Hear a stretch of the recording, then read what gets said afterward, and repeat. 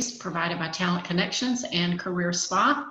We thank you for joining us today. Our speaker again is Kevin Phillips, and our topic today is the influence equation. I want to remind you that this is a 1-hour webinar, and while we have you muted, we certainly welcome you to submit your questions at any time. Just use the Q&A button at the bottom of your screen. Also, if you have any technical questions, please call 888-799-9666, extension 2. And this webinar is approved for 1 SHRM Professional Development credit, and we will share that activity number at the end of the presentation. So just to remind you, Kevin has been an excellent presenter for us before, and many of you have requested to see him while we have our webinar, so he will be visible today. And just a brief introduction again about Kevin. He has a 25-year background as a corporate executive in marketing, sales, service, and technology. He is the CEO of the KDP Group, which is a boutique professional services firm that helps clients increase their profitability, improve their customer loyalty, and navigate challenges of rapid growth through his consulting and leadership development. So Kevin, welcome back, and I will turn it over to you.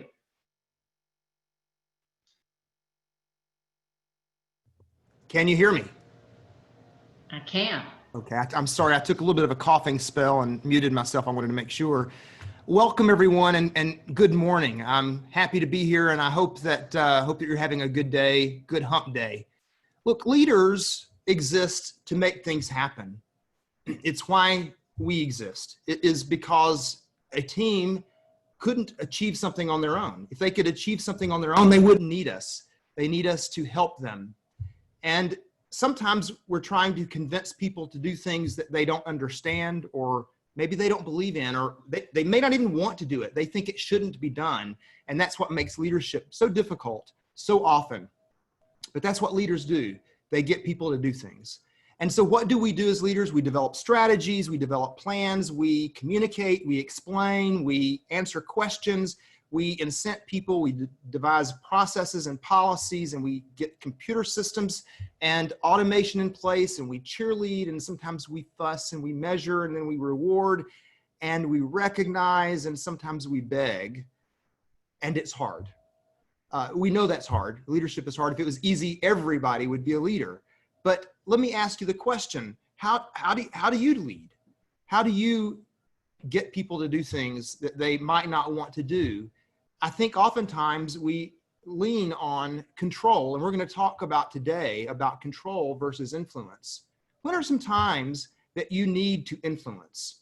You're driving a change in your business. Perhaps a competitor has launched some new product, or perhaps there's a technology disruption and your company's having to adjust. The market is changing. Price structures are changing. You need to get funding. Maybe you're a nonprofit and you're trying to fund a new program. Maybe you're a church and you're trying to build a new gym. You're trying to negotiate a deal with a new supplier. All of those are occasions when you need to influence people.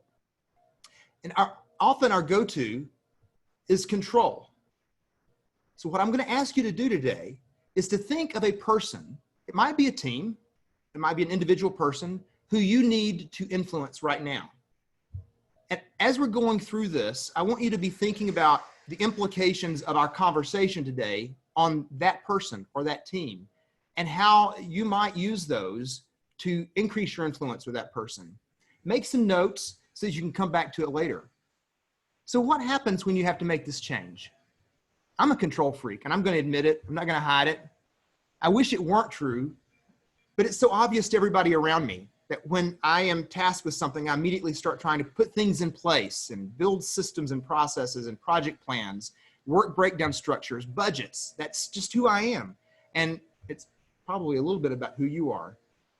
It's not just true, though. Think about this as we're going through. It's not just true in the work environment. It's also true at home.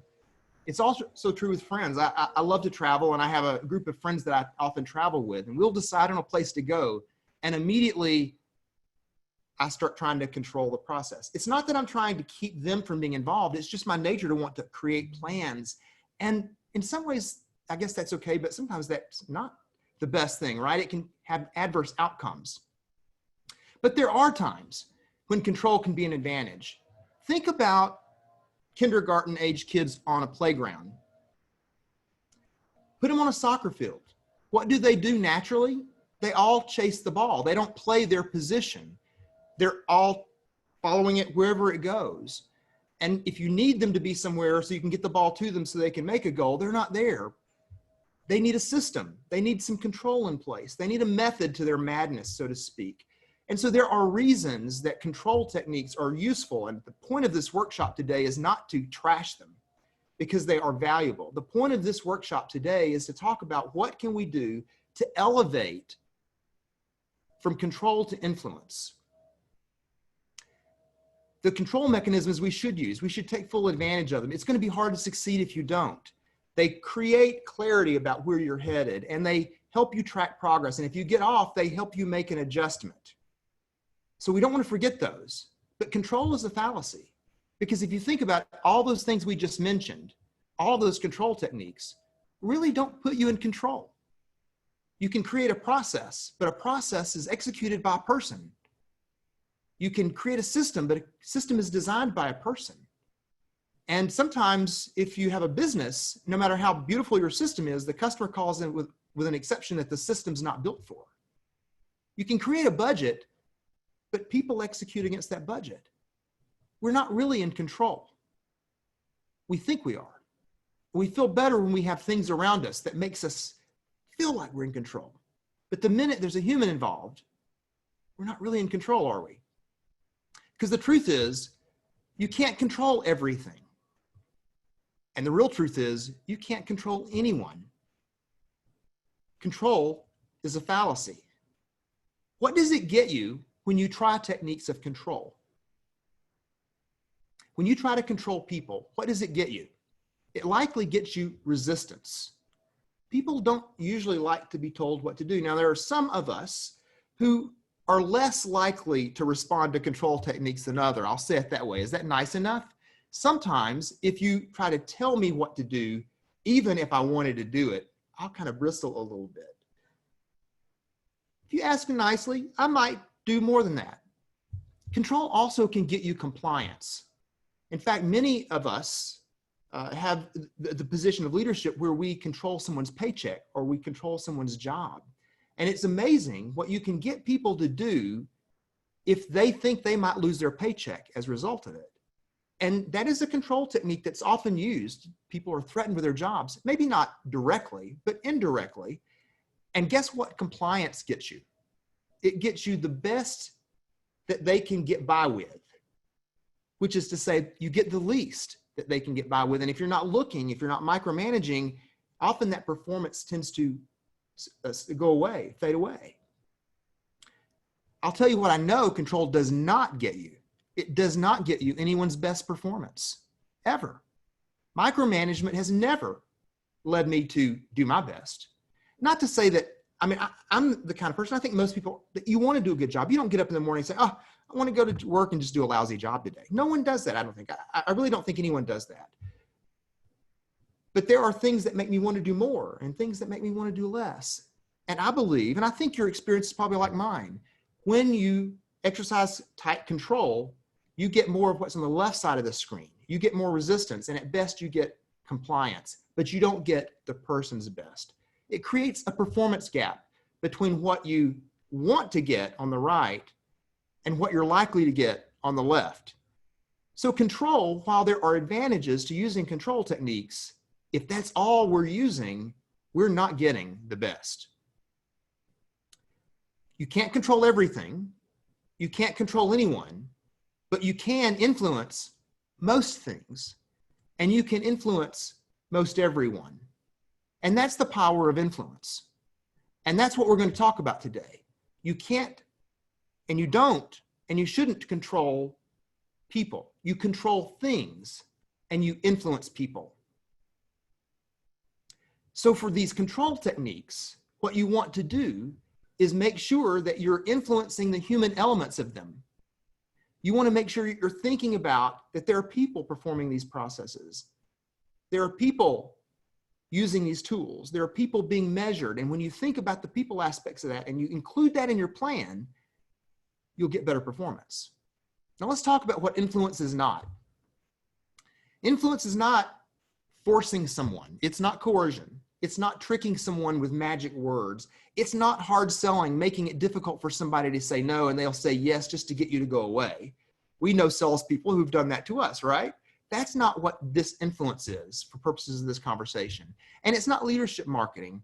It's not putting persuasive words that have been researched on a page and you flash it up in an all-employee meeting. That's not what the influence is we're talking about today.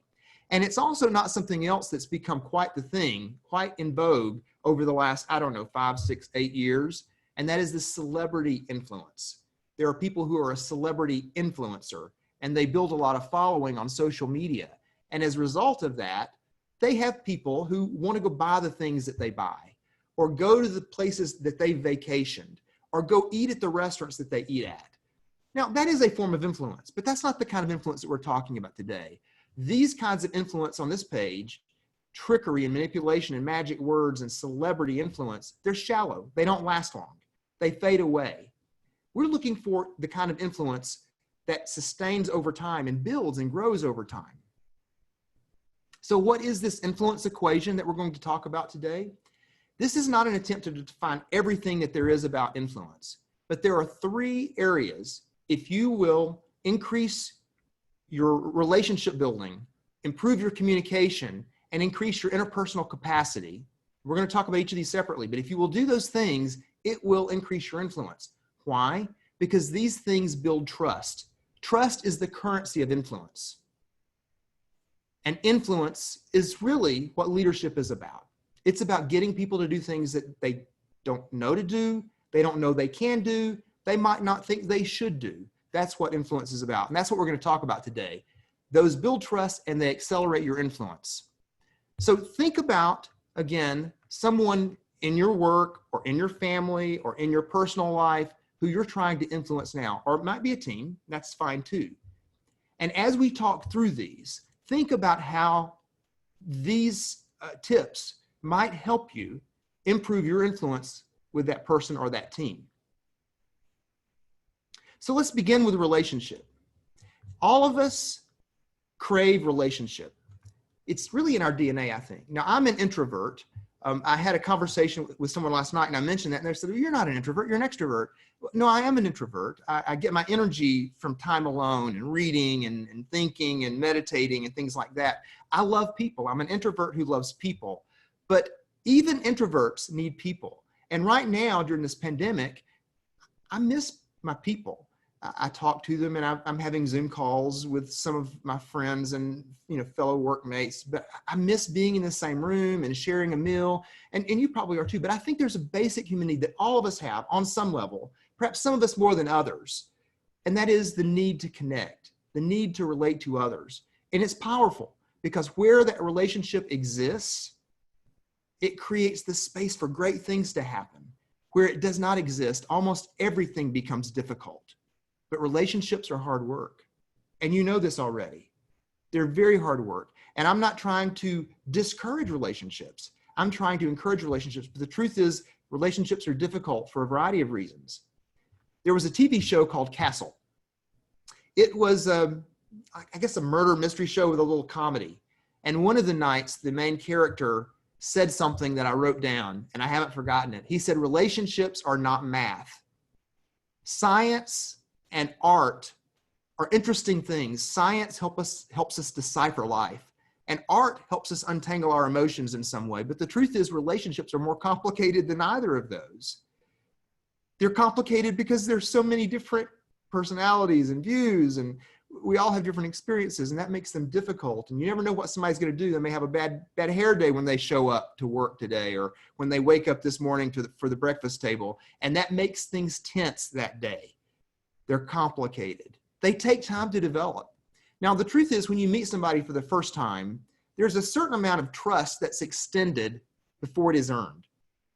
And then that becomes the platform that you either grow or you degrade from. But it takes time to develop enough of a relationship to get through any kind of difficulty together, to have real influence. And that makes it difficult. Relationships are also tested by difficulties and challenges. In fact, the thing that makes relationships grow, probably, I believe that the thing that makes relationships grow stronger than anything else is going through conflict together. It could be that two parties are on the same side in a conflict, or they could be warring at each other. But either way, that conflict helps the relationship grow if they work through that conflict constructively.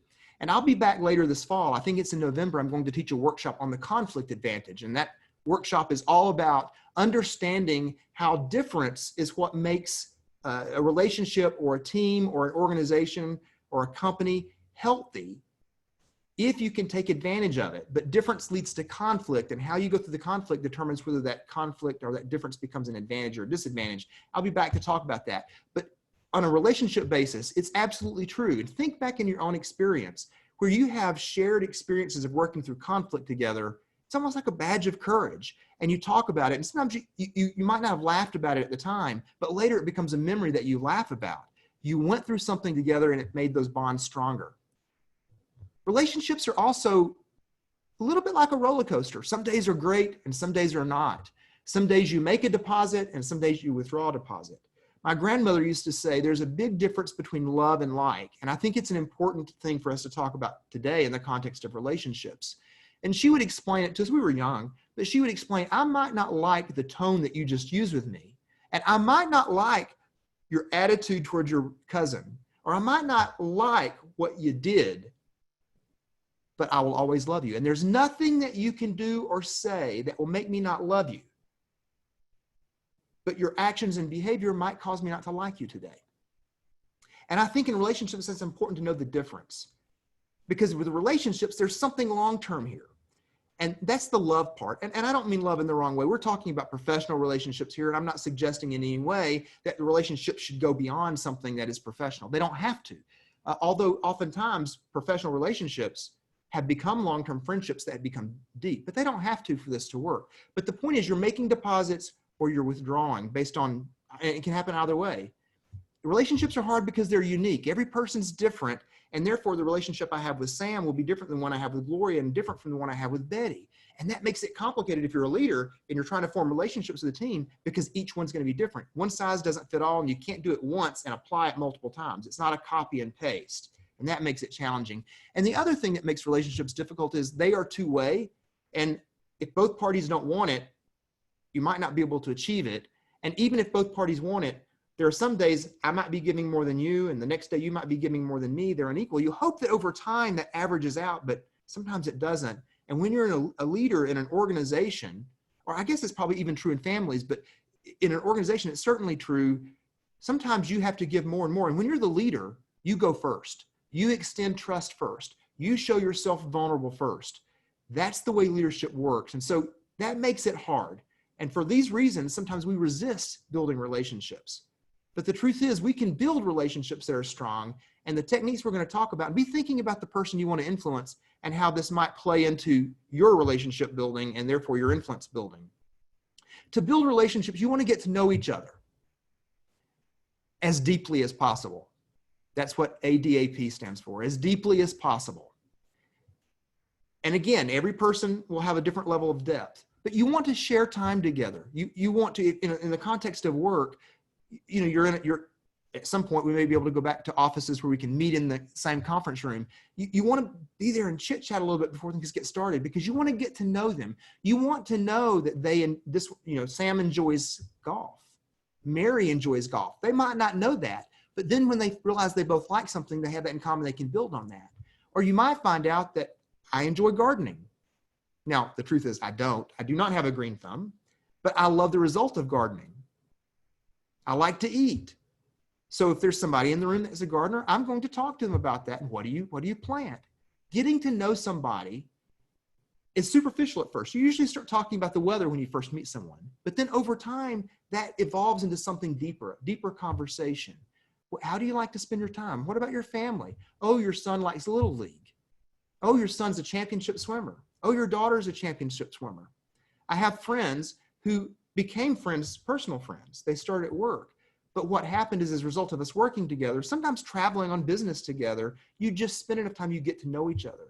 The deeper you get to know each other, the deeper that relationship. Again, I'm not suggesting that you get personal where you shouldn't. I'm not suggesting that a professional relationship go beyond that. But within the context of that environment, you can still get to know someone better. And the deeper that your relationship is, the deeper your influence will be with that person. Here's something else that's important. And this might be something that we all need to check ourselves on, not once, but frequently. It's going to be hard to build meaningful relationships if you don't actually value the other person. And if it's pretend, that shows. In fact, I think it's worse to try to build a relationship using fake value than just not even trying to build a relationship to start with. Because people know. And once they know that you're faking it, you've lost your credibility. And that's worse than having no credibility to start with. If you are not sincere about it, that's, I think, something you want to check. And I have to remind myself sometimes, because there are some people who kind of rub me the wrong way. And sometimes they rub me the wrong way before I even know them. Now, I'm going to tell you a story. I'm going to mention probably several examples from this particular group that I worked with. We were, several departments were brought together. We were asked to make some pretty big changes back in our home departments. So if you think about this, our departments knew that big changes were coming, and none of them really wanted it, but hey, you got to play the politics. So they sent us, and they sent us with the intent that we would shape the change to match what they wanted. So you can imagine that right there created some conflict on the team to start with. And we mostly didn't know each other. There were a few of us that knew each other, but most of us were new to each other. And there was this one particular lady, her name was Pat. Pat drove me crazy. She was negative about everything. If you said we're turning water into wine, she would have found a reason to complain about it. Nothing was good enough for Pat. And I'm sitting there thinking, we're never going to get this thing done. And she was just abrasive. If you went to lunch with her, you didn't enjoy it. Now, the weird thing about this is Pat and I became personal friends. She had a lake house in Alabama, Smith Lake, right around Jasper. And we ended up having a team event there one weekend, and we had a blast. But that's the fast forward part of the story. The first part of the story is I wasn't sure I liked her. And I had to do some soul searching, because that's not the way I was raised. My family's not like this. My family loves people, and I was really having a problem with Pat. And I think she knew I was having a problem with her. But once I started getting to know her, we would go to coffee together, and sometimes it would be me and her, and sometimes it'd be 4 or 5 of us. And we started peeling back the layers of masks that we were all holding up. And it turns out she was blunt. After that, she's still blunt. She still says things that makes me cringe. But now I know her and I understand her and I have context for that, and I like her. And we get along well. And she has a lot of influence with me now. And I think I have influence with her. But it's because we got to know each other and we value each other. Here's something else that's important if you're going to build a relationship. I mentioned earlier, they're long-term. It's not something you happen. There's not a formula, boom, boom, boom. I'm calling this the influence equation, not because you can insert a variable, and boom, it happens. This takes time to develop. There's ebb and flow, there's up and down. And over time, you'll be faced with choices. And sometimes you're going to have to choose, do I want to win this transaction, or do I want to build a relationship?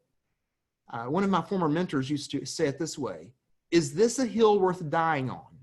Not all hills are worth dying on, and you're going to have to choose. So sometimes there's a conflict that exists, and you have to decide, am I going to fight this battle to the win and risk this relationship over it? Or am I going to step back from it, because at the end of the day, even if I don't get my way on this one, it's still okay. Most things are usually okay if you give in a little bit or maybe step away from it. But you're going to have to make choices. You're going to have to show that the relationship is a priority for you. And sometimes that's going to be a choice between whether it's the transaction of the day or the growth of the relationship over time. Relationships almost need conflict to grow. If you don't recognize differences, and I'm going to say tackle them, I don't mean in an aggressive way, but if you don't address them, you'll never have a depth of relationship. I think you can have a shallow relationship, but it won't be strong if you don't go through conflict together and work through your differences together. That doesn't mean we're talking about stamping out differences. In fact, quite the contrary. The value of a team is that every person has different experience, different gifts, different strengths. And when you work together as a team, you're able to accomplish more than you could do individually. But those differences create conflict, and you'll never get the value of that conflict if you don't work through that. And the sooner you recognize there's conflict, and the sooner that you tackle it, the sooner you address it, the better. Because conflict, unlike coffee, conflict does not taste better after it brews. The longer the conflict goes unaddressed, the worse it gets, the more difficult it becomes to untangle it. So if you want to build relationships, you want to be aware when there's conflict. Sometimes it's nonverbals that you're recognizing. Sometimes you might hear rumors. And as you get better, as you build better relationships with folks, you can actually talk about this, and then they might raise it before you even know it and say, hey, there's a problem. There's something bothering me, and I want us to talk about it. That's when you know your relationship is really growing. And no, I'm not talking about a romantic relationship now. I'm still talking about a professional relationship. This is why relationships are hard, because they require an investment. You have to work at it. But if you work at it, if you have a relationship, and think about some relationships that you have, isn't there higher influence both directions when the relationship is strong and it's meaningful? And ask yourself, in order for the relationship to have become strong and to have grown meaningful, was there conflict that you worked through? Probably so. Relationships are two-way. And sometimes you're going to have to work hard. And sometimes as a leader, you have to go first. We talked about that a few minutes ago. And you might have to go first for a while, because there are a lot of skeptics out there. And the skeptics are not sure if they trust your motives. And they'll hold off. I tend to be a little bit skeptical. I'm admitting things. I might need to see a therapist. I don't know. But very oftentimes when I first meet somebody, I'm like, are they real? Or is this just a facade? Is this just a mask that they turned on? And as soon as they walk away, they're going to turn it off. And so I might hold back. And so if someone wants a relationship with me, they might have to work a little bit harder, or work longer, or give a little bit more until I feel like I feel comfortable. But then there are some people like my father. My father has never met a stranger. So my parents live in Birmingham, and I have been sheltering in place with them to add a layer of protection for them. They've had some respiratory histories that would make them more vulnerable to COVID. And I don't want to expose them unnaturally. So I've been going to the grocery store for them.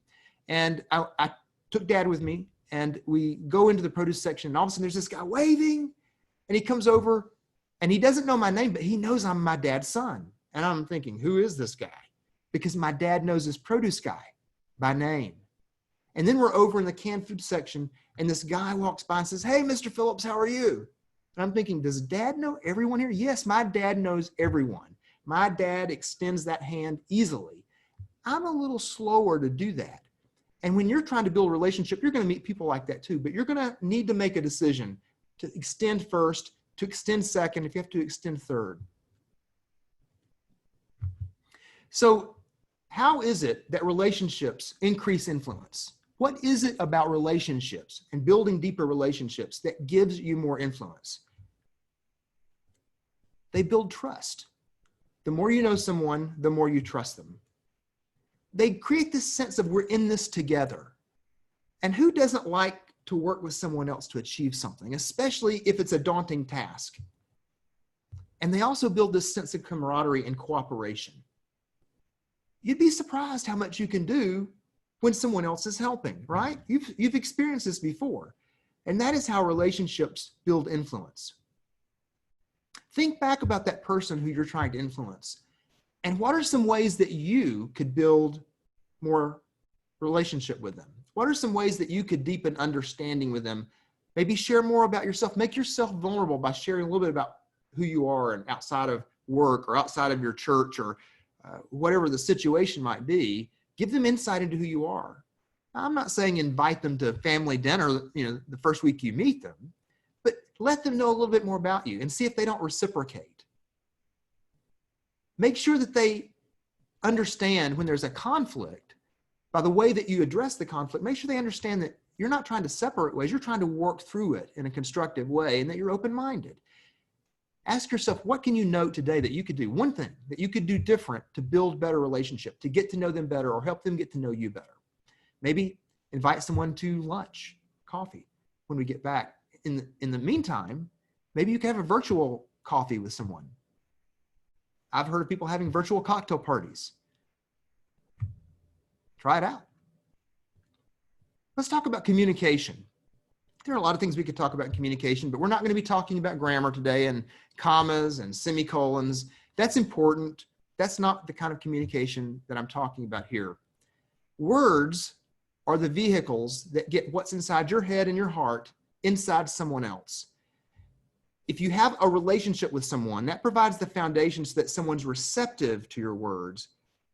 But once you have that foundation and that relationship's there, the words matter. The words will make a difference. And this is where you are trying to achieve understanding. And this is an important concept, I think, that some of us struggle with. I often struggle with this myself still, even though I know better. My goal is not to feel good about what I have said. My goal is to feel good only when it has been understood on the other end. Communication is two-way, and both parties have a responsibility for effective communication. But most of that responsibility is on the sender, not on the receiver. And if you think about it that way, when you're the one doing the communicating, when you're the leader, it will change the way you communicate. The words that you choose, how many words you choose, the order in which you present the words matters. And that's what I'm talking about here with improving communication. It's about them, not about you. And the responsibility is on you. And just because you said words that mean everything that you believe should be communicated, if they don't understand them, you haven't yet succeeded. They do have a responsibility in this. And sometimes people say, nope, I'm not having it. And you can't control that. But you have a lot of control over getting them to the point where they understand. Be deliberate about your communication and plan it. And this is another reason that influence is hard, because communication is also difficult. It's not just relationships that are hard. Communication is difficult. I can't remember who said this, but someone said, I would have written you a longer letter. Excuse me, they said, I would have written you a shorter letter, but I didn't have time. Because getting concise, getting brief, getting clear is difficult. And it is for me. I tend to be very verbose. And more words are not better necessarily. The right words, better. More words, not necessarily. But words aren't enough. There are nonverbals that have to be included. You have to think about what your face may be saying. Your words may be saying go left, but your face might be saying stop. My facial expressions have often betrayed me. Sometimes I don't even have to use words, and my facial expressions give me away. Are you like that? I bet you are. Here are the two probably most magic aspects of communication, but they're also difficult to achieve, and that is creating clarity through brevity. What I try to do, and I've been doing this since high school, when I would write a paper, I would, instead of trying to write something brief to start with, I just can't do it that way. So I would write the long form, and then I would take it and try to reduce what might be a couple of pages down to one page. And then I'd take each page and reduce it down to a paragraph, and reduce each paragraph down to a couple sentences, and those sentences down to a sentence, and then that sentence down to a word. That's how I used to actually study for a test, even in college. And then I would walk into the test, and I would just have the list of those words. And because I'd gone through that process, it would have helped my short-term memory. But that has also been helpful for me in communicating, is taking all these things I want to say and kind of like with Post-it notes, kind of structure them in the right order, but then start reducing what's unnecessary, take it away. And the reason that that becomes important is if you have too many words, you might be saying all the right things, but if the right things are clouded in all these words, the receiver is going to drown in all that information and they won't get it. And sometimes more words creates ambiguity. It creates confusion, not clarity. And if someone doesn't understand what they need to go do, they surely aren't going to go do it. Repetition is important. You can't just say it once and be done. And I don't know if you will remember, but I remember in my younger years, there were these paid commercials that were selling Ronco, R-O-N-K-O, Ronco appliances. And the phrase that I remember is they would go and you'd get it, you put the food in and you'd set it and forget it. And that's what they were advertising, is it was really a no hassle cooking experience. You just said it and forget it. Communication is not like that. You can't say it and forget it. You can't just say it once. People learn in different ways. Sometimes people need to hear something audibly. Sometimes they need to see it. Sometimes people need to experience things to get it. Sometimes people need time to absorb, especially if it's a complex topic or if it's something that they really resist. They might need to hear it in small pieces, or they might need to hear it, give them a little time to absorb, hear it again, give them some time to absorb, hear it again. Sometimes people need to hear a tops-down view. That's the way I learn. I don't do so well when people throw a lot of details at me. I need to learn the big picture and then learn the details. Love details, but I need something to hang them on. Other people, the big picture seems like fluff to them until they understand the details. Now, you probably know people like this. You probably are one of those type of people. And as the communicator, you're talking to a group of people. And the larger your organization, the more challenging this is. If you have a small team, you probably have a good idea of how people learn and process information. But if you have a big organization, chances are you've got every possible kind of learning and listening and thinking style out there. And so you're going to need to tackle all those. And that's why being deliberate is so important in planning ahead. How is it that communication increases influence? It creates a level of truth-telling. Now, if you think about influence, we're talking about a leader needing to essentially change an attitude, change a behavior, change a process, change something. You're trying to get people to do something different than what they're doing.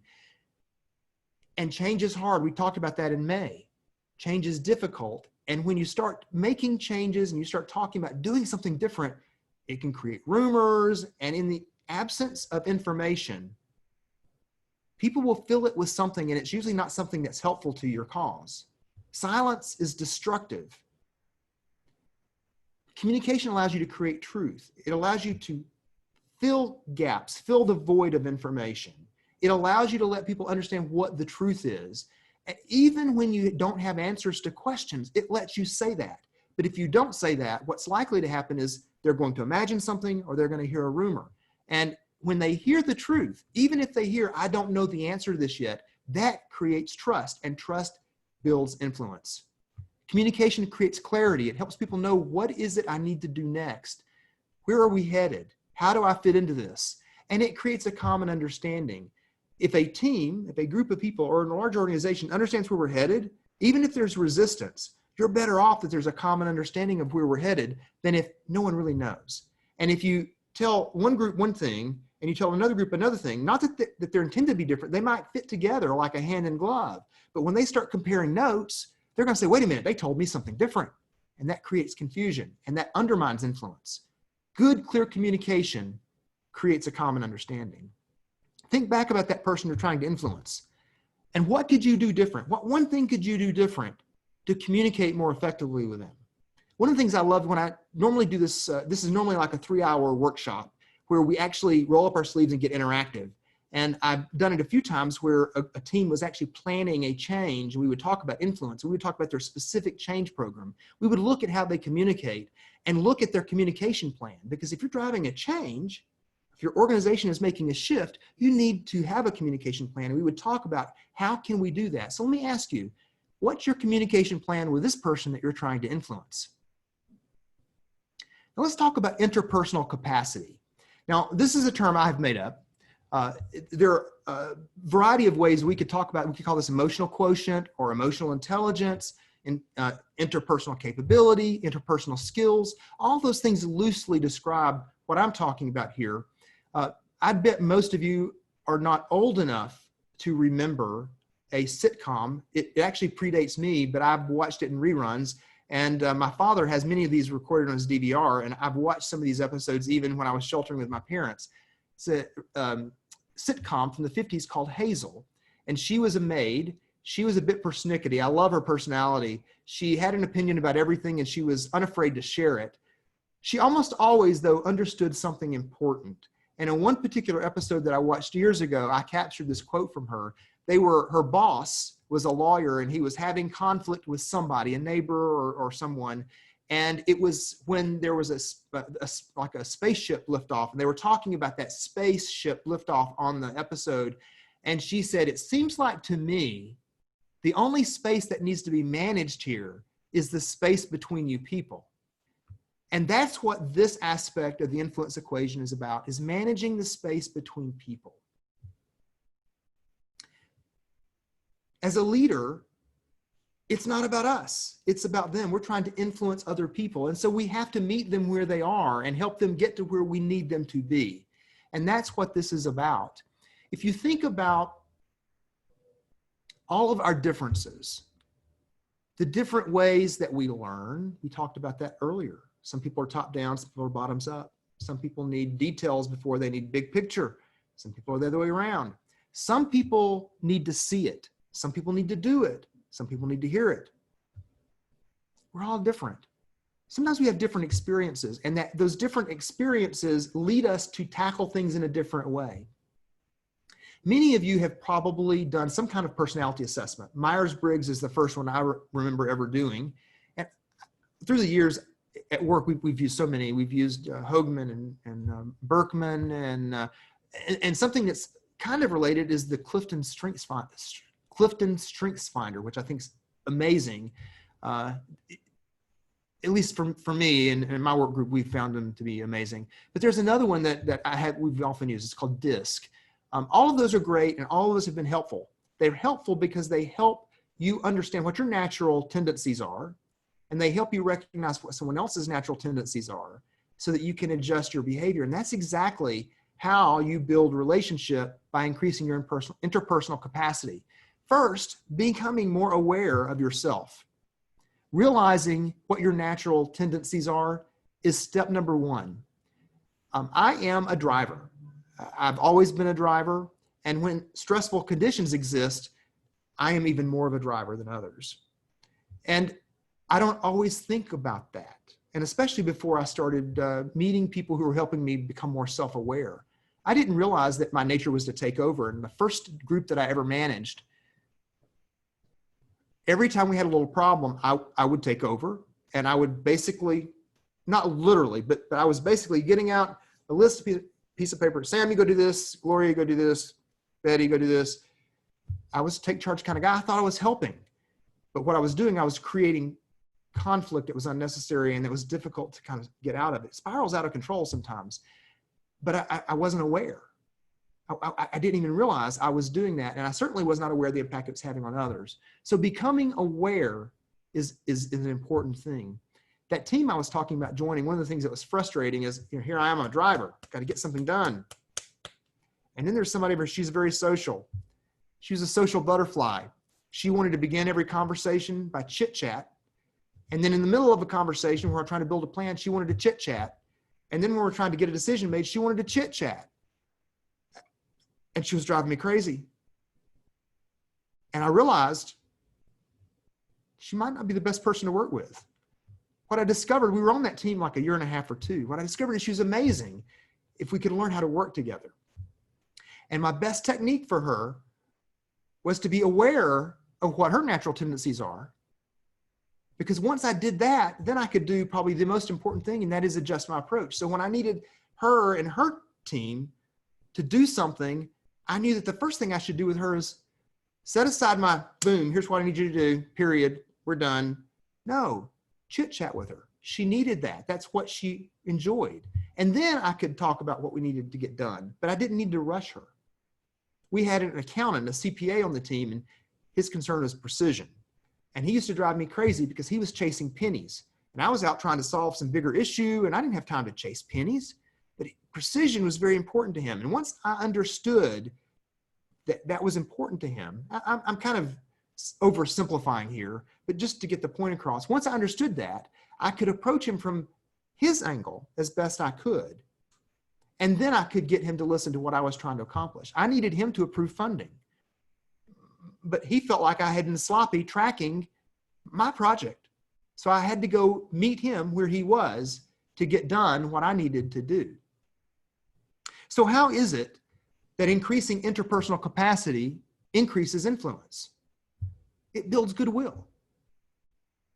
If you are a domineering kind of direct person and you walk up to someone who is more social by nature and you start barking out, we got to get this done, I need you to do this, blah, blah, blah, that destroys goodwill. But if you walk up and you chit chat a little bit and you get to know them and invest in the relationship, they value relationships, invest in that, that will build goodwill for them to listen to what you need from them. People feel valued when they do this, and valued people want to contribute more. And as a leader, you want people to show up every day wanting to contribute more. And finally, it increases understanding. When you understand how someone thinks and how they naturally react, it helps you back on the communication angle to tackle your communication better. That project that I mentioned where we were making a big change, they sent people from all departments in together. We finally gelled as a team through some of the suggestions that were mentioned here. We would go to dinners together. We would have coffee together, have breakfast together. We would laugh, and we had some conflict we'd work through together. Those things become funny stories. We traveled together. Crazy things happen when you travel. Those are the best stories always, like the time that one of the guys on the team and I were in a rental car in Mississippi, and he knew a back way to get to the second site we were supposed to visit. And it was the roughest part of town. And I kept saying, we're going to run out of gas, Mark. And I was driving, and he said, oh, I know a gas station. It's just right up here. Well, it's one more street over. And we ran out of gas. Literally ran out of gas. We were very close, and we ended up in our suits and ties pushing that rental car, not far, but we pushed it in to get gas. And that was not funny then, but later it became a funny story that bonded us together. But then we hit a wall because we were trying to sell what we were doing to the rest of the organization. And they didn't understand what we were doing because it was so big and complex. So we decided we needed to communicate better. So we documented what we were doing in a little booklet, and we went on a tour, traveling around all over our region and explaining, doing presentations and doing workshops. Every workshop was different. If we were in a call center, we would approach it from their perspective. If we were in a data center, we would approach it from their perspective. We were practicing these principles before I even really understood these principles. But I learned these principles from our boss at the time. Her name was Carmen, and she was amazing, and she understood these. And so she orchestrated opportunities for us to get to know each other and for us to get to know the people that we were trying to influence. She orchestrated opportunities for us to communicate more effectively using different styles. And she created an environment where we could get to know each other and adjust our behavior, adjust our style of communicating to match that of the people we were communicating with. So we had a better starting point where we could meet them where they are. Think back of the person who you're trying to influence. What is it that you can do in relationship building? What is it that you can do improving communication? What is it you can do managing that space between them, the interpersonal capacity or capability? What can you do to increase your influence? And let me ask you, have you tried some control techniques with them that might not have worked so well? How could you shift to improve your chance of communicating and influencing them? Now, if you're trying to influence someone, all these techniques will work, but they take time. Influence is best used after it's built. In fact, you can't use it until it's built. You can't use trust until it is built. And so if you have a team or an organization, if you invest in these things, not just for a specific task or a specific group function, but for your entire culture, what you'll do is you will be creating influence that you can then use when you need it. And if you build this into your culture, whatever span of culture that might be, maybe you're the CEO, or maybe you're a department head, or maybe you have a team, but if you build that into your culture, and then all the team members will then kind of adopt it. They'll begin building it and where they're influencing in this circle. It's like a ripple. The influence will extend. How do you do this? You've got to think about influence is not just down. We've kind of been talking about influence when it's a leader talking to a team or a team member. But influence is also powerful sideways with peers. In fact, some of my best professional relationships exist because of these principles. We are influencing each other today because we built strong relationships. We communicate effectively, and we understand each other and know how to start where the other person is. But influence is also up. You can influence your boss. You can influence your boss's boss because you can build relationships with them. You can communicate with them, and you can understand if your boss is a driver and you're not, then you can adjust. If your boss might be more precise and might be into exactness, and you might not be, and that's going to create conflict. But if you understand that, you can start where they are. So you can influence up, and you can influence sideways, and you can influence down. And when you're building a culture of influence, you want to tackle all of those. Enlist ambassadors. Along the way, you're going to find that some people, they grasp it more than others. For some people, it's natural. My friend Mark Lampley, who started in that work group I was mentioning earlier, this is natural for him. He was influential with people. People would follow him, and I was always intrigued by that. What is it about him that's different? Well, these are the things that are different about him. When I watched him, he built relationships, and he was sincere about them. He liked people. And if he didn't like people, he worked even harder to build a relationship with them. And I thought that was strange because I thought if you didn't like somebody, you should avoid them. I'm exaggerating, but you know what the point I'm trying to make. And he would communicate, and he would adjust his communication for the style of the person. And he would adjust his technique, and he would approach someone. He was not a direct person by nature, but if he was dealing with me, I noticed it was a different Mark that day. He would be more direct about it. He'd get to the point more quickly. But if he was working with Erlene, he would chit chat with her first before. He practiced these principles beautifully, and I was able to see that. And he would get other people then to go influence someone. So if he needed to influence Sam, and he knew that Gloria had a good relationship with Sam, he might go influence Gloria and ask her to go influence Sam. This is a ripple. If you make relationship building normal, every time your team gets together, spend a few minutes relationship building.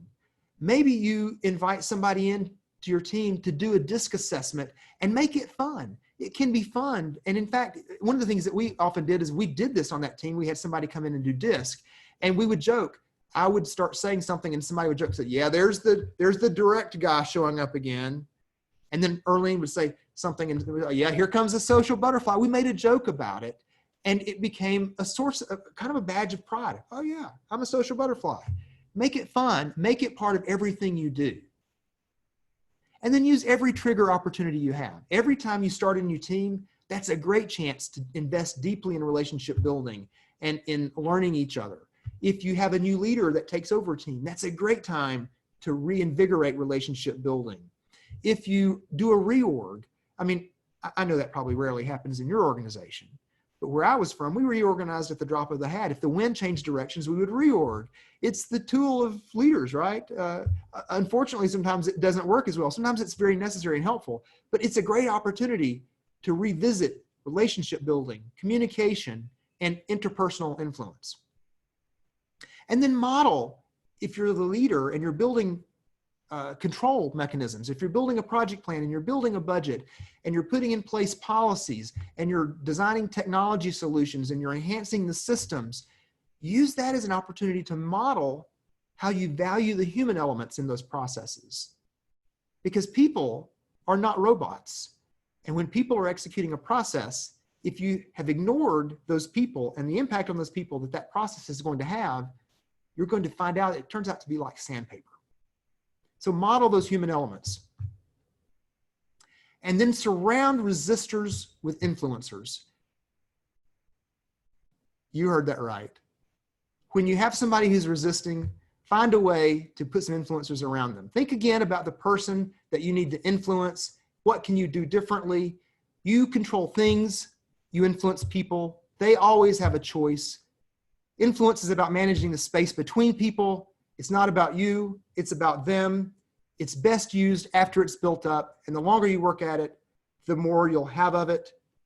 And the proverb says, the more you sweat in peace, the less you bleed in war. If you would like a copy of today's slides, you can go to kevinphillipsslides.com. Give me your email address, which will subscribe you to my newsletter. You'll have access not only to these slides, but you'll also get an email that will let you link out to some other resources that I have available that you might find useful. If you want to connect with me on social media, I would love for you to do that. HowdyKevin.com. I'm on most of the social media. I would love for you to chit chat with me. You can email me. You can message me. I'd love that. Any Q&A? or any Q, and maybe I can A. Thank you, Kevin. That was great. That was great. Yes, do we have any questions? Let's see. In a few minutes we have left. Okay. Oh, can you repeat your email again? Could you just go back to that Sure. slide? Sure.